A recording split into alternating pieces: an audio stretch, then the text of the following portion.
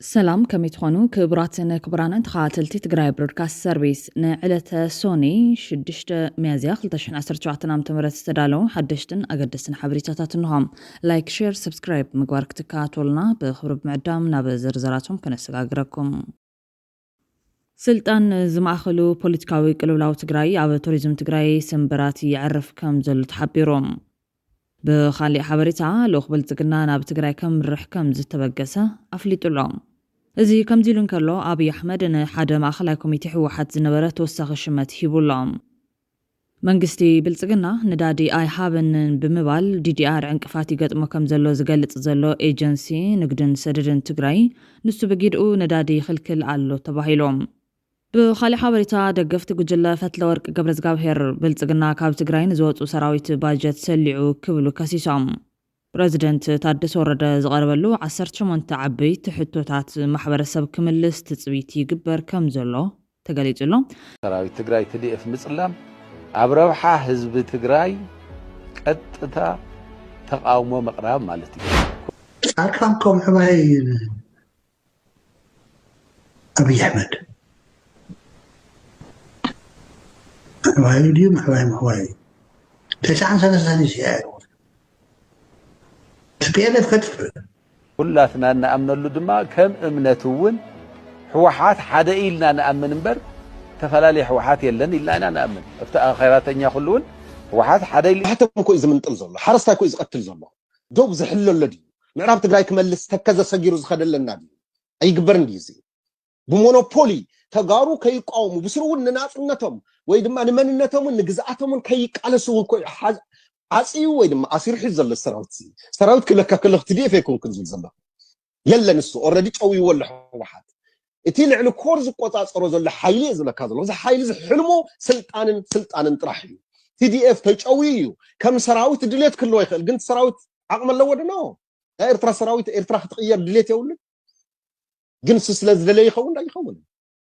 ازستو اسيرم حزام انه عليه بالع ولا يكون عندي السراوت زون هو حتى غير الله حزي زي تقراي برودكاست سيرفيس يو او ساعت زي نايزاتهم كالوت اقدستي زبلنا يوم معمالتاتن تحستوتات كنكافلوكم هنا بقدمنت سلطان زماخلو بوليتيكاوي قلولاو تግራይ ኣብ ቱሪዝም ትግራይ ስምብራት ይዕርፍ ከም ዘሎ ተሓቢሮም ኣብ ርእሰ ኣድባራትን ወገዳማትን ኣክሱም ጽዮን ብኣማይ ተሽሓት ምእመናን ኣብ ዝተረኸብሉ በዓል ሆሳና ዝተኸበረ ኮይኖም እቲ በዓል ሰላማዊ ኮይኑ ሃይማኖታዊ ስርዓት ሓልዩ ክኽበር ካብ ኣጋይሽ ምቕባል ጀሚሩ ከም ዝተሰርሐ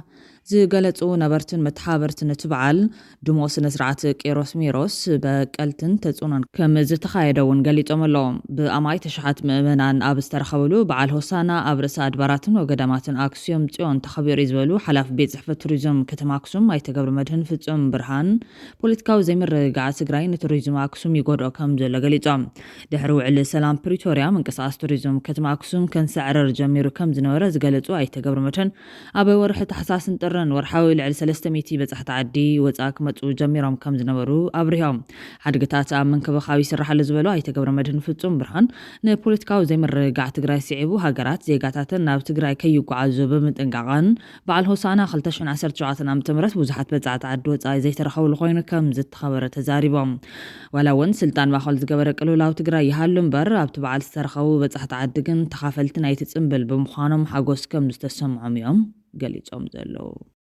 I'm coming from Germany. My name is Nick. ኒክ እባላለሁ ከጀርመን የመጣሁት እርግጥ እኔ የኦርቶዶክስ እምነት ተከታይ አይደለሁም የካቶሊክ እምነት ተከታይ ነኝ የሆሳና በዓል በካቶሊክም በኦርቶዶክስም እምነት ተከታዩ ዘንድ በአንድ ቀን በመከበሩ እኔም በዚህ የአክሱም ከተማ ተገኝቼ ማክበር ችያለሁ ደስ ብሎኛል No, it's my second time. ከ10 ዓመት በፊት ከእህቴ ጋር በሰሜኑ አካባቢ እንዲህ አይነት ሃይማኖታዊ በዓል ላይ ለመሳተፍ ችዬ ነበር በጣም ደስ የሚል ጊዜ ነበር ያሳለፍኩት ዘንድሮም ከባለቤቴ ጋር መተን የሆሳና በዓልን በአክሱም አክብረናል ብኻሊ ዜና ልኡኽ ብልጽግና ናብ ትግራይ ከምርሕ ከም ዝተበገሰ ፍሊጦም እቲ ምዕራብ ትግራይ ጸለምትን ደቡብ ትግራይን ዝርከብዎም ቦታታት ናብ ኣምሓራ ንምጥቕላል ዓንቀጽ 39 ንምስራት ዝምልከት ሓሳብ ዝተቐበለ ሃገራዊ ኮሚሽን ምክክር ኢትዮጵያ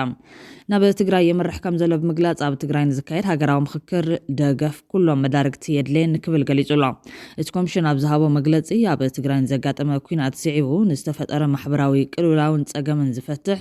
ተኸታታሊ ዘተ ከም ዝኸፍት ብምግላጽ ኣብ ትግራይ ምስ ዝርከቡ መዳርግቲ ዝጀማመሮ ዘተ ከም ዘሎን ኣስፊሑ ከም ዝቐጽለሉን ሓቢሩሎ። እዚ ኮሚሽን ኣብ ትግራይ ከኣቱ ምግባር ዝምልከት ጀነራል ታደሰ ወረደ ፕረዚደንትነት ክቐበሎ ከሎ ካብ ዝፈረሞም 8 ነጥብታት ሓደ እዮም። ጄስቴስ ብወገኑ ምምሕዳር ብልጽግና ናብ ትግራይ ከኣቱ ዝጠለቦ ኮሚሽን ብሄረ ምክክር ክሳብ ትግራይ ኣብ ፓርላማ ኢትዮጵያ ቦታ እትረክብ ክትግበር የብሉን ዝብል ተቃውሞ ኣቕሪቡ እዩ። ይኹን እምበር ኣብ ዝቕንያት ኣብ ኣምሓራ ዝቐነየት ኮሚሽን ካብ ልሂቃን ኣምሓራ ምምሕያሽ ሕገ መንግስትን ብሓይሊ ዝተወሰደ ዝበልዎ መሬትን ዝምልከት ኣጀንዳታት ተቐቢሉ እዩ ናብ ትግራይ ዘምርሕ ዘሎ። ኣብ ዝቕንያት ኣብ ባህር ዳር ኣብ ዝነበረ ኣኼባ ምስ ሃገራዊ ምክክር ዝተባሃለ ኮሚሽን ልሂቃን ኣምሓራ ካብ ትግራይ ምዕራብ ትግራይ ጸለምትን ደቡብን ትግራይ ዝርከብዎም ከባቢታት ክወስዱ ካብ ቤንሻንጉል መተከልን ፓዌን ካብ ኦሮሚያ ደራ ዝበሃሉ ከባቢታት ናብ ኣምሓራ ከኣቱ ዝሓተቱ ኮይኖም ካብ ዝውትሳኺ ሕገ መንግስቲ ኢትዮጵያ ክቕየር አንቀጽ 39 ክተርፍ ክልላት ኢትዮጵያ ፈሪሰን ሰሜን ደቡብ ምዕራብ ምብራቅ ብዝብል ክጽዋዕ ከምኡውን ካብ ባንዴራ ኢትዮጵያ ተኸኸብ ክወጽእ ሓቲቶም እዮም። ብጀነራል ታደሰ ወረደ ዝምራሕ ጊዜያዊ ምሕዳር ብዛዕባ ምምላስ ላዕላውነት ከምኡውን ተሓታትነት ጆኖሳይድ ዝምልከት ዝኾነ ቅዋም ክሓዘ ምፍታሕ ዕጥቂ ምምላስ ተመዛበልቲ ዝብሉ ነጥብታት ዝሓዘ ሰነድ ተፈራሪሙ ዝተመለሰ ኮይኖም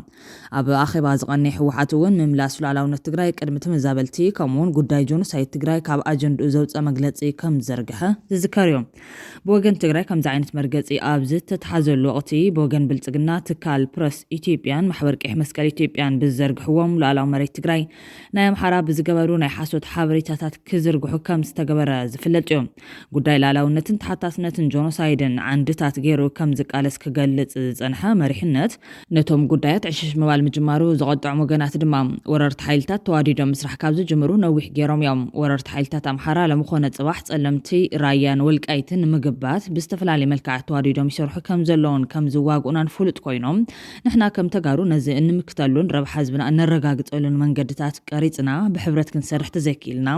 ብልመናን ምልምማጽን ጥራሕ ዝርከብ ላዕላውነትን ክብርን ከም ዘየለርዱ እዩ ዝብሉ ቅዱሳት ወገናት እታ ብ2012 ዓመተ ምህረት ተወጢኑ ዝተኸለፈ ምንቅስቓስ ኮሚቴ ኣልውሃ ምላሽ መተማ ዮሃንስ ህዝባዊ ኮይኑ ክብገስ ጸዊዖም ኣለዎም። ምንቅስቓስ ኣልውሃ ምላሽ መተማ ዮሃንስ ኣብ 2012 ዓመተ ምህረት ጎና ጎኒ ምክልኻል ሓደጋ እስላም በጣ ዝተጀመረ ነባር ሉዓላዊ ግዛታት ትግራይ ንምምላስ ዝተጀመረ ምንቅስቓስ እዮም። ነቲ ምንቅስቓስ ዝጀመርዎ ኣብ ውሽጢ እንደገን ዝርከቡ ቅዱሳት ሊቃውንቲ ጸሓፍቲ ታሪኽን ወነንቲ ዝተፈላለዩ ዘፈራት ፍልጠትን ኮይኖም ምንቅስቓሶም ኮሚቴ ኣልውሃ ምላሽ መተማ ዮሃንስ ዝብል ስያመ ሂቦምዎ ነይሮም እዮም። እዚ ምንቅስቓስ መልክዕ ክሕዝ ንዓመታት ተደኺሙሉ ብኣሽሓት ዝቑፀሩ ወገናት ናይ ይቐጽል ፌርሞኦም ወይ ድማ ክታሞም ኣንቢሮምሉ እኳ እንተነበሩ ደማዊ ጆኖሳይዳዊ ኩናት ኣጋጢሙ ተኸሊፉ ይርከብ።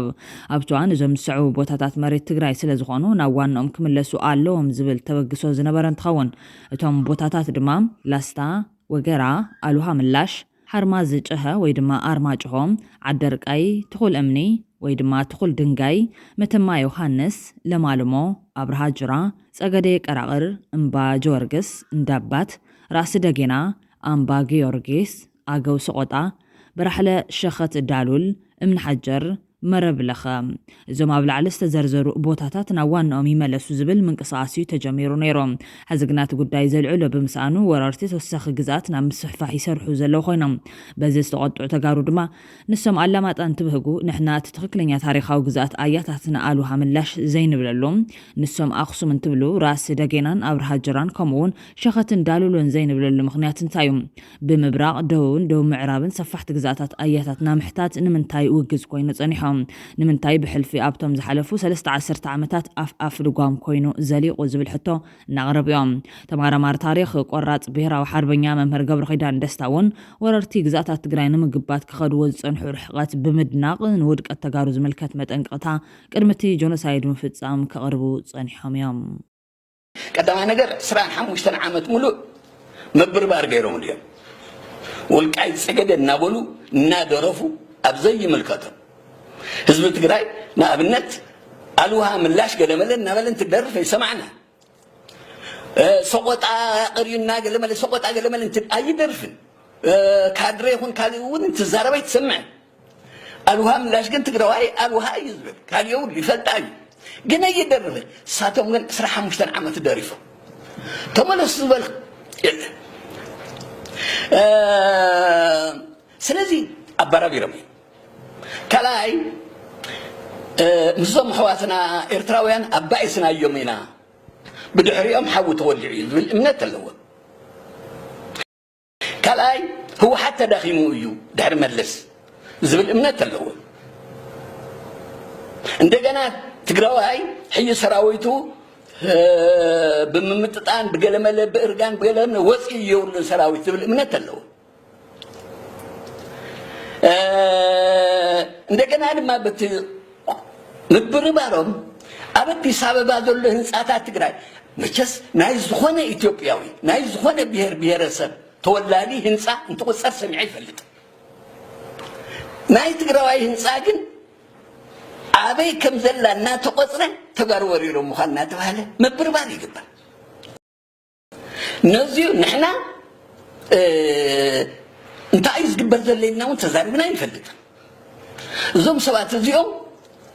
أبو سعي بصح مبر باري قولوا أبعد وأنت تلبينا بعدهم ونينا مخومي بدلو تقرأي قالوا وسعت اللون يزاربن أبزيز اللون يزارب سخنا زلنا بخلي أبزي تقرأي سلام صون تلك السلام يزمسيلو سلام أمني مثلا قلت تقرأي حيل مسرخة بيجاب إثيوبيا تخبيرهم بل لما ينو تخبيره يفلتنا بتاريخ تقرأي أنت الداخل زوكا بالزمن سحول ميكائيل حزب تقرأي حيالني سحول ميكائيل مسموته من مسيود حري حيال رأس ولد سلاسي نسوه صبوط عليهم دجات سوا قاديس مسموت تقرأي توريرا بدجاتو بي سل دجاتو بي حمد فنجاو سيوما سلازي كل جزية تقرأي هاسي يوهانس تلا انتلو تقرأي يفرحني يسوق يختخبير يغمتنا يربع عدو خبيرو تقرأي قلنا بكالي عدي أيور حيث رخيب اللخويل مريت كحزة يدلي سلازي هاتي وهانس مسموت غير عندك أنا تقرأي ما تدفيو تربيسو تجبين حزو والنساته مزقمتوه تقرأي تدخي مولو زبل سلازي تحز تلعنو المخنيات بزي مثلني مامر قدمي ناي والكايت حتو يلعب دنيا القدم أو جزء هاتي هانس قوني خل أو جزء أسهل سلاسة حتى والكايت خمي يتعنا جنير خمي يلعلني أكت خناتات أكت وانش من يزال إلانتا وانبلا لصوتي تبرسوك يمزلو خت الزارب يتغل تنبر وفير كاوعد كات من لسكول لكات قراوي يزاربن نساتهم جن انت 49 عام تمرتكو كساب ما يجاو زل مريتكو انت وصلوا راس سيوم نيره تنفس يبلو انت ايام لما لانت ولدت اسرائيل نيا القوراش اسفاسن بعد فيت نيره قالوا مين راسي سلازم مسخان تخونه ناي كادو ذاتيو ناول انت خدن ما ناي قال كادو ذاتيو الى ما مش الى متقبل بخالي حبريتا منغستي بلصقنا ندادي ايهابنن بمبال DDR عنقفات يقطمو كمزلو زغلص زلو ايجنسي نغدن سددن تግራይ نسو بغيدو ندادي خلكللو تبايلو تلفزيون TVS ايجنسي نغدن سددن تግራይ ايفلطكانيلو ندادي ስለዝخلكلني አብለታው ስራሕቲ ሚዲያ ተጸጊማ አለኹ ክብል መረረቱ ገሊጹዮም ቃል በቃል አይን ፈልጠኩም የሚል ክልተ حزز قبر وزلو نتيكباه نتقراي تمام صحف وزلو نتبيس عين فلت إنمان براكتيكالي إزاي ينزل سالساي معدل نداد خيرنا كين ملء نتلفزيون زمت إنسى زيهم المحزون خلت زينا سرحين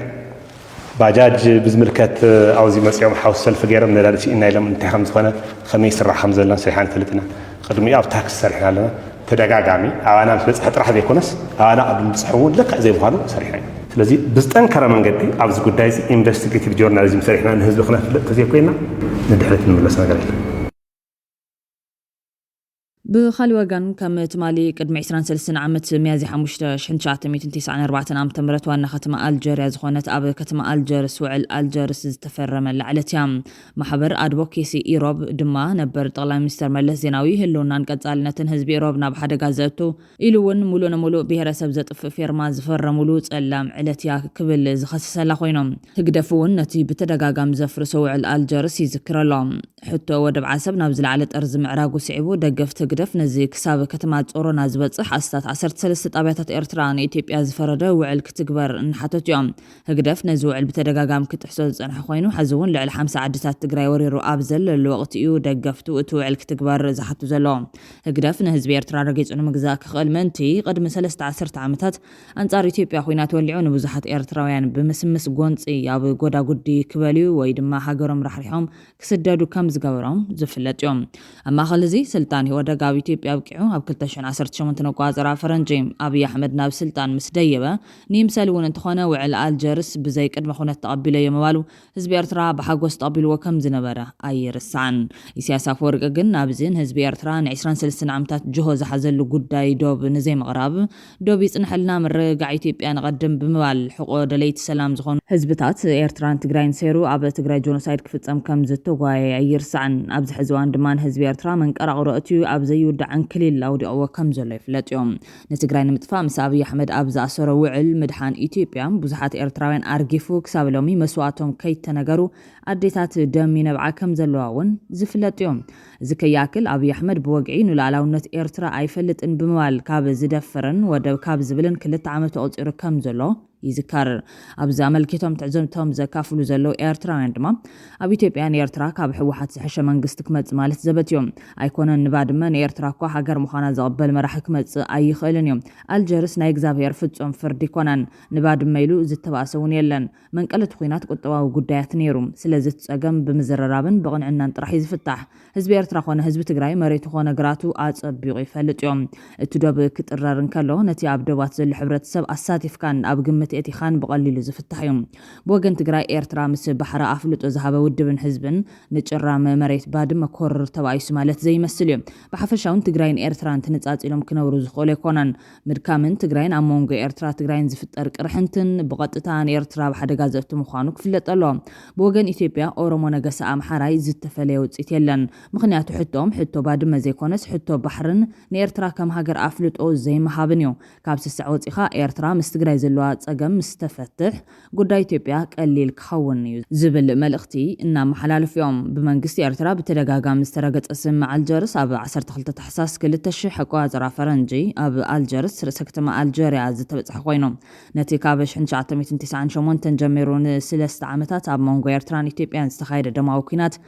بوقعي مزازمي زجبرة سمعيهم اتي وكلتي افريكا وحبرت حبرات هاجرات امريكان اوروبان حبرتنا ابستر خولو بقداي مستر نبر ملس زيناون بريزيدنت سياسة افورك ان قداي مستر نبر ملس زيناون استفرم سمع ملوات مروخات كوينات مملاس كان منبر مستمزابلو سباتن ندوبات كلتين هاجرات زملكت كومشن دوبن بتخوينات زورد عنوات زصار كومشن طرعن قومن زخ عليهم انت خونه جن تنايشو منغست اثيوبيا تسمع كتكبر قدامنت جن مس منغست ارترا زرب كم زدلي اب زحاتت اللغتين منغست ارترا نتحطو بمنصق عقبت سلام حبرات هاجرات بمبرار نتسمع كم زفرسو ايرسعن سمع الجرس بتدغاغام بسرعه ارترا زفرسو عليهم افلما سلام كحلو زاتو عقب سلام حبرات هاجرات منغست ارترا قربنا داد سلازنفقوم افلما 2008 نقاطرا فرنجي طاليلو كوص تجديديوم بدحر زي خلتين هاجرات ولا كان اب متن سفيح كينات انت زي تملسا اب 2012 كمون اب 2016 كتاخوساتر عينين اب 2018 سلطان زጨበጠን ኤርትራ ምስ ኢትዮጵያ ክሓውሳ ዝህቅን ቀዳይ ሚኒስትር አብይ ቦጋኖ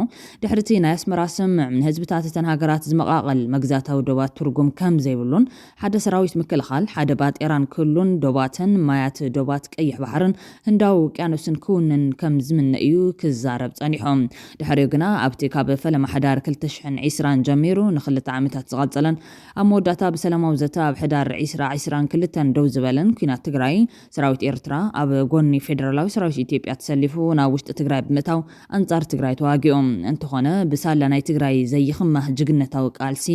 ሕብረት አብይን ኢሳያስን ክብተን ክኢሉ እዮም ሕዚ ድማ ናብ ኩናት ከየምርሑ ስጋታት ከም ዘሎ ይግለጸሎም ናይ ኖርማላይዜሽን ዝተኽገብር ቁርብ እንተኾይኑ ናይ ደብ ጉዳይ እግረ መንገዲ ዝፍታሕ ኖርማላይዜሽን ከረጋግጸልና እንተዘይክኢሉ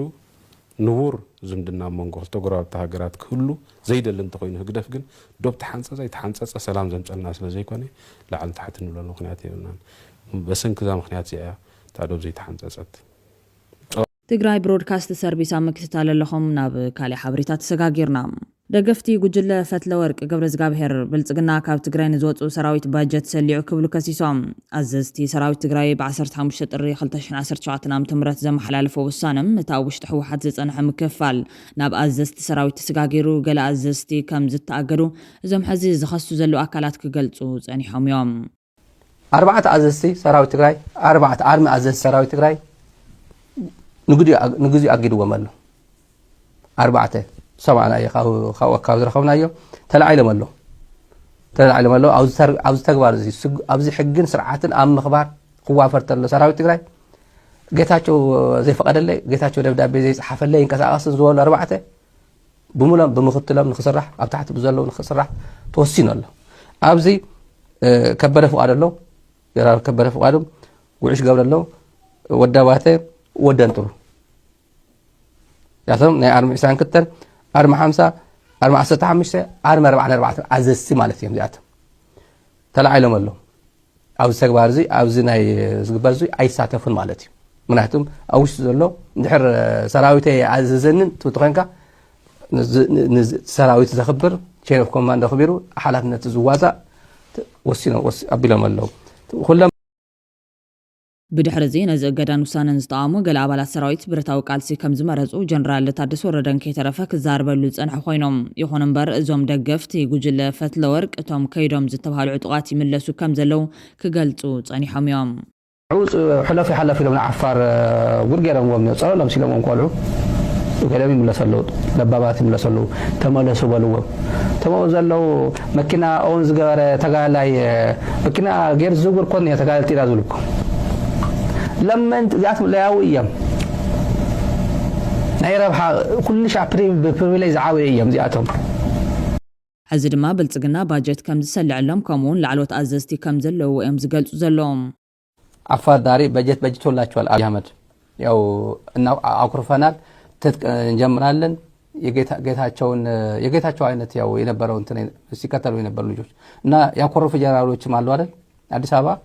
አሁን በተለይ አስገራሚ ነው። አንዳንዶቹ በይፋ በትግርኛ ፕሮግራም ሰራበታለን በእንትን ለወደፊቱም ሰፋ አድርገን የቂም በቀል ፖለቲካ የትም እንደማያደርሳቸው የትላንት ታሪካቸው ደምስሰው የትም ንቅንቅ ማለት እንደማይች ከአብይ አህመድ ጋር ተጠግቶ ስኬት ላይ ያመጣ የሚችል አይደለም። በትግራይ ፖለቲካ ውስጥ ትግራይ ውስጥ ሆነ ነጥብ ማስቆጠር የምትችለው አይችልም። ዝም ብሎ ነገሮችን ስቃይ ማራዘም የህዝብ ስቃይ ማራዘም ይችላል ግን አይሆንም። እና የሎጂስቲክስ እርዳታ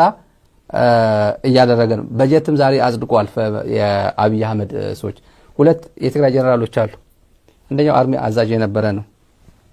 አርሚ አዛዥ የነበረ አሁን አዲስ አበባ ሄዶ አኩርፎ ከሄዶት አንደኛው ነው። ወዳን ጥሩ የሚሉት ነው።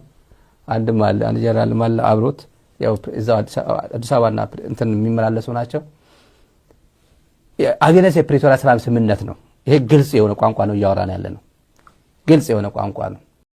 ክሲ ስታሊን ንናይ አማኑኤል ኢያሱ ስዒቡ ዝቐረበ እዮም። አማኑኤል ኣብ ቆርፀዋን ምስ ሻዕብያ ተመዓራርዩ ትግራይ ናይ ኤርትራ መዋግኣይ ንምግባር ይሰርሕሎም ቀደም እውን ምስ ኦሮሞ ዝተመሓዘው ዝብሎም ፖለቲከኛታት ግምት ደፊኡ ብምውፃእ ሕዚ ድማ ናብ ወታደራዊ መራሕቲ ዘይሩሎም ትግራይ መዝሓሊት ምግባር ባዕሉ ንኣብይ መሊሱ ክሓስብ ዝገበረ ጉዳይ እዩ። ኣብይ ናብ ዓሰብ ዝነበሮ ገስጋሰ ንጊዜኡ እውን እንተኾነ ጠጠው ኣቢሉ ብሕወሓት ዝተገበረ ምምዕርራይ ግምት ብሓይሊ ተመፀውን ክሳራን ዘይምውሳድ ተቐቢሉ እዮም። ሕዚ ዘሎ ፕሮፓጋንዳ ድማ ናብ ወታደራዊ መራሕቲ ዘይሩ ንወዲ ኣሸብርን ወዲ አንጡርን ተላእኽቲ ኣብይ እዮም። ሰራዊት ትግራይ ክብትኑ ይፅዕር ኣለዉ እናበለ ፕሮፓጋንዳ ይሰርሐሎም። ትግራይ ናይ ኤርትራ መደራዳሪት ንምግባር ይተግህሎም። አማኑኤል ኣብ ሻዕብያ ጀነራላት ወኮሎኔላት ዜና ምስራሕ ካብ ዝገድፎ ብዙሕ ገይሩሎም። ኣብ ኢሳያስ ካብ ዝሰርሖ ኣብ ጌታቸውን ጻድቃንን ዝሰርሖ ዜና ይበዝሕ ዝብሉ ነቐፍቱ።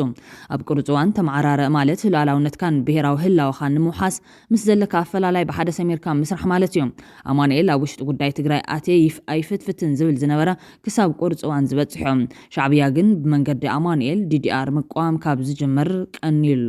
እናበሉ እዮም። እዚ ከምዚ ኢሉ እንከሎ ኣብይ ኣሕመድ ንሓደ ማእኸላይ ኮሚቴ ሕወሓት ዝነበረ ተወሳኺ ሽመት ይብሎም። ኣብ ብሄራዊ ድሕንነት ናይ ጌታቸው ኣሰፋ ምክትል ዝነበረ ነበር ናይ ሕወሓት ማእኸላይ ኮሚቴ ኣባል ኣምባሳደር ሃደር ኣበራም ኣብ ሚኒስተር ጉዳያት ወፃኢ ሚኒስተር ዴታ ዘፈር ፖለቲካን ኢኮኖሚን ኮይኑ ብቐዳማይ ሚኒስተር ዶክተር ኣብይ ኣሕመድ ተሸይሙሎም። ሃደር ኣበራ ኣድማሱ ናይ ቀደም ኣባል ድሕንነት ደርግ ዝነበረን ኣብቲ ስርዓት ብዝነበሮ ኣገልግሎትን ተኣማንነትን መሰረት ገይሮም ኣሻይቱ ዝነበሩ ሓለፍቲ ብኬጂቢ ክስልጥን ራሻ ተላይኹ ኣብኡ ዝተምሃረ እንትኸውን ህይወት ደግን ተኣትውን ክሕግዝ ይኽእል እዩ ተባሂሉ ስራሕ ክቕፅል ዝተገብረ ምዃኑ ይዝንገረሉ ኣባል ሕወሓትን ካድረን ኮይኑ እውን ስልጣን ኣብ ልዕሊ ስልጣን እናተዋሃበ ጸኒሑ ኢሳያስ ወልደ ጊዮርጊስ ኮረድን ከሎ ብቐዳማይ ሚኒስተር ሃይለማርያም ምክትል ዳይሬክተር ሃገራዊ ድሕነት ኢትዮጵያ ኮይኑ ተመዲቦም ኣብይ ናብ ስልጣን ምስ መጸ ዋና እሙን ብምዃን ብውሽጢ ዳርጋ ዳይሬክተር ሃገራዊ ድሕነት ኮይኑ ብኣብይ ኣሕመድ ዝመሃዝ ውሪትን ሽርሕን ብምኽባር ሕጊ ሽፋን ዋና ፈጻምን ልዕሊ ናይ ትሽዑ ሓላፍ ተባሂሉ ዝተሸመ ጀነራል ኣደም ብቐጥታ ምስኒ መሽራፈትን መፋርያትን እናተራኸበም ናይቲ ድሕነት ትካል ኩሉ መዳያዊ ስራሕቲ ዝቋፀር መንባር እዩ ዝነገረሉ ኣብይ ምድማር ዝብል ኣጀንዳ ኣብ ዘንበልብለሉ ዝነበረ እዋን ኣብ ሓደ ናይ ትካል ኩሎም ሰራሕተኛታት ሽፌራት ከይቀረ ዝተሳተፍሉ ኣኼባ ኣብ ጎኒ ጀነራል ኣደም ተቐሚጡ ናይቲ ድሕንነት ትካል ቀጻሊ ኣንፈት ብግልጽ ኣብ ዘነጸረሉ ወቕቲ ኣብዚ ሕዚ ግዜ ንኹልና ዘዋፀና ብሕታዊ መንገዲ ምድማር እዩ ካብ ዝወፃኢ ንሃገርና ሓደጋ እዩ ብፍላይ ነባራት ተጋደልቲ ከም ዘይተቐበልዎ ንፈልጥ ኢና ክብል ኣብታ ኣኼባ ንዝነበሩ ንተጋደልቲ ሕወሓት መጠንቀቕታ ሂቡ ምንባር እዩ ዝንገረሎም ሕዚ ካብ ናይ ኣውስትራልያ ኣምባሳደርነት ናብ ናይ ወጻኢ ጉዳይ ሚኒስተር ዴኤታ ምሻሙ ኣዘራራ ብዛዕባ ኮይኑሎም ኣብ ብሄራዊ ድሕነት ናይ ጌታቸው ኣሰፋ ምክትል ዝነበረ ነበር ናይ ሕወሓት ማእኸላዊ ኮሚቴ ምስ ምዃኑ ድማ ምናልባት ነቲ ኣብ ትግራይ ዘሎ ዘሰክፍ ኩነታት ተበሊጹ ንጌታቸው ኣሰፋ ደልይዎ ዶ ይኸውን ዝብል ሕቶ ኣበጊሱሎም ጠቅላይ ሚኒስትሩ ለጌታቸው አሰፋ ምክትል ትልቅ ስልጣን ሰጥቷል። ብዙ ሰዎች እያወሩ ያለው ስለ ጌታቸው ረዳ ሹመት ነው። ግን በጣም ሌላው በስፋት ያልተነገረው ግን የአምባሳደር ሀደራ አበራም ሹመት ነው። እሳቸው የውጭ ጉዳይ ሚኒስትር ዴኤታ አድርገው ተሾመዋል። ከዚህ በፊት ከዛም በአውስትራሊያ የኢትዮጵያ አምባሳደር ሆነው ራቅ ብለው እንዲቀመጡ ተደርገው ነበረ። በአድዋ ከተማ ተወልደው ያደጉት አምባሳደር ሀደራና ጌታቸው ረዳ ሹመታቸው በአንድ ጊዜ መሆኑ ትኩረትን ስቧል። ዋናው ቁም ነገር ግን እኚህ የጌታቸው አሰፋ ምክትል የነበሩ ሰው አሁን የውጭ ጉዳይ ሚኒስትር ዴኤታ ሆነው ተሾሙ። ፕሬዚደንት ታደሰ ወረደ ዝቀረበሉ 18 ዓበይቲ ሕቶታት ማሕበረሰብ ክምልስ ትጽቢት ይግበረሉ ከም ዘሎ ተገሊጾም ተወከልትን ኣመራርሓን ማሕበረሰብ ንግዲ ትግራይ ምስ ፕሬዚደንት ጊዜያዊ ምሕዳር ትግራይ ጀነራል ታደሰ ወረደ ዘተዘካይሩ ኮይኖም ብዋናነት ኣብ ሰለስተ ክፋላት ማእኸል ዝገበሩ 18 ዓበይቲ ሕቶታት ማሕበረሰብ ንግዲ ትግራይ ብጽሑፍ ንፕሬዚደንት ጊዜያዊ ምሕዳር ትግራይ ኣረኪቦም እዮም። ቀዳማይ ምስ ዳግም ሕውየት ማሕበረሰብ ንግዲ ትግራይ፣ ካልኣይ ምስ ስርዓት ንግድን ኢንቨስትመንትን ትግራይ፣ ሳልሳይ ምስ ተሳትፎ ማሕበረሰብ ንግዲ ትግራይ ዝምልከቱ ምንባሮም ድማ ተገሊጹሎም። ኣብ ዝቕጽሉ 3 ኣዋርሕ ካብቶም ቀንዲ ትኹረት ጊዜያዊ ምሕዳር ትግራይ ሓደ ኢኮኖሚ ትግራይ ምንቕቓሕ ምዃኑ ዝሓበሩ ፕሬዚደንት ታደሰ ወረደ ማሕበረሰብ ንግዲ ትግራይ ናብ ቀዳማይ ሚኒስተር ኢፌድሪ ዘቕረቡ ሕቶ ቅልጡፍ ምላሽ ክረክብ ብትኹረት ከም ዝሰርሑ ቃል ኣትዮም ኣለዉ። ካልኦት በብርኪ ትግራይ ዝርከቡ መሓወር መንግስቲ ክስርሑን ክስተኻኸሉን ዝገቦም ሕቶታት ማሕበረሰብ ንግዲ ትግራይ እውን ብትኹረት ክረአዩ እዮም ኢሎም ኣብዞም ዝስዕቡ ነጥብታት ብትኹረት ከም ዝስራሕ ድማ ሓቢሮም ኣለዉ። መሬት ምሕደራ፣ ጸጥታን ድሕነትን ህዝቢ፣ ስሩዕ መንግስታዊ ኣገልግሎት፣ ጊዜያውን ቋምን መስርሒ መፍረይቲ ትካላት፣ ንመስርሕ ዕዳጋ ማእኸላትን መስርሒ መፍረይትን ዝግበር ዘሎ ኣወዳድባን ዝዕቆር ዘሎ ካፒታል ምሕደራን ዝምልከት፣ ሻልሻይ ካብ ትሬጅሮ ወጻኢ በብብርኩ ብዝርከቡ መንግስታዊ ማሕበር ዝእከብ ኣታዊ ስርዓት ምሕደራ ዝምልከት፣ ሸውዓይ በቢሮ ከተማ ልምዓትን ኮንስትራክሽንን ትግራይ ዝወፀ ደንቢ ታሪፍ ቁጥሪ 19 ማዛገጃ ቤታዊ እቶት ዝምልከት ዝግበር ምስትኻኻል፣ ሻምናይ ምሕደራ ነዳዲ ዝምልከትን፣ ታሽዓይ ኣዋጅ መስርሕን ሰራሕተኛን ዝምልከቱ እዮም። ክቡራትን ክቡራንን ተኸታተልቲ ትግራይ ብሮድካስት ሰርቪስ ነሰዓት ዝተዳለው ሓደሽትን ኣገደስትን ሓበሬታታት እዚኦም ይመስሉ። ላይክ፣ ሼር፣ ሰብስክራይብ ምግባር ስለትከታተሉና ኣዝና ንመስገን።